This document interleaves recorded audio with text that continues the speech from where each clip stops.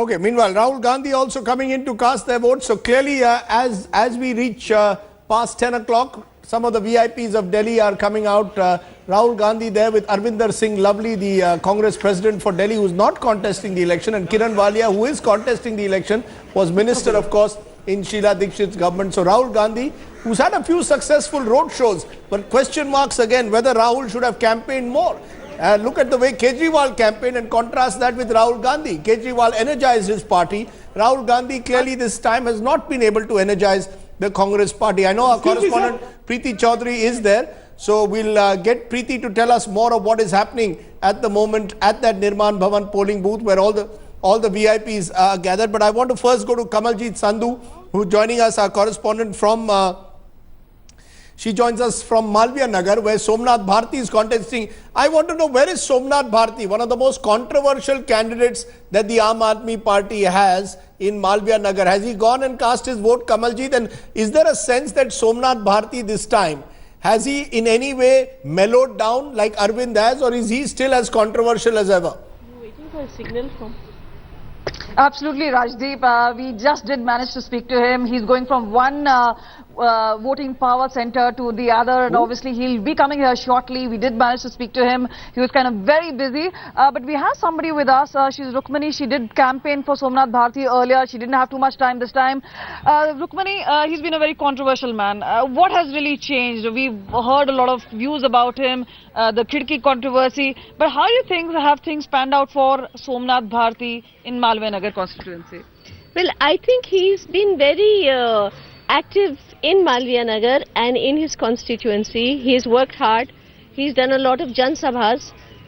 You can say that he's not a feminist, or his feminist politics maybe need to be brushed up. Rajdeep, let's just go and talk to some of the youngsters who are here with us. They're college kids.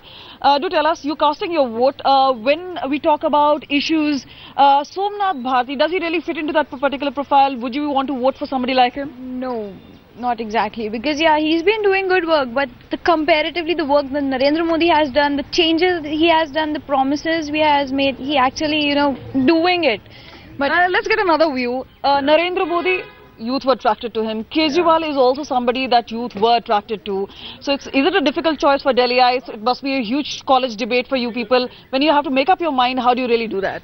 It actually is, because, we've seen both the parts of the coin, like Narendra Modi first, then Arvind Kejriwal secondly.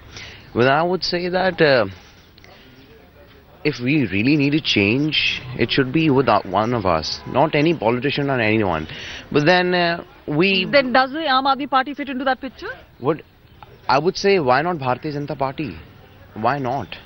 I mean, if we would give a chance to Aam Aadmi Party, then we should think about the other party who's competitive enough to stand there. So obviously that Bhagona tag doesn't really go away from Arvind Kejriwal, but here people are actually waiting for Somnath Bharti. Will he really make that particular cut? He's been seen as a controversial man, but do people really believe in him still? Does he have it in him? We'll really get to know in a short while from now. But at this point of time, all eyes on the voting centers, and we are here catching every action.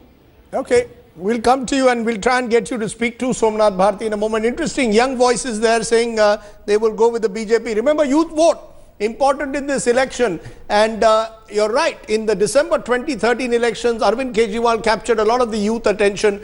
By May, it had shifted to Narendra Modi. You want to make a point about this youth factor, younger voters? Yeah, and in the last 2 or 3 days since the last exit polls were discussed on the media widely, one did see the fanning out of a large amount of cadre of the Bharatiya Janata Party, of the Radha Swami Satsang, and of volunteers standing at metro stations. So in a sense, the BJP fanning out at the fag end of the elections and reaching out. So one of the X factors that I would be looking for is whether this last minute fanning out of the cadre, voluntary support groups of the Radha Swami Satsang, whether all that is making a difference or not, that's something that we would watch out for. And in a sense, on the metro elections, very lively debates in and around the Malviya Nagar and the Gitanjali metro stations were all centering around the fact that whether you like this candidate for your constituency or whether you're going to make a leadership choice for the city. So in a sense, very, very intense and deep debates. A very happy day, I would say,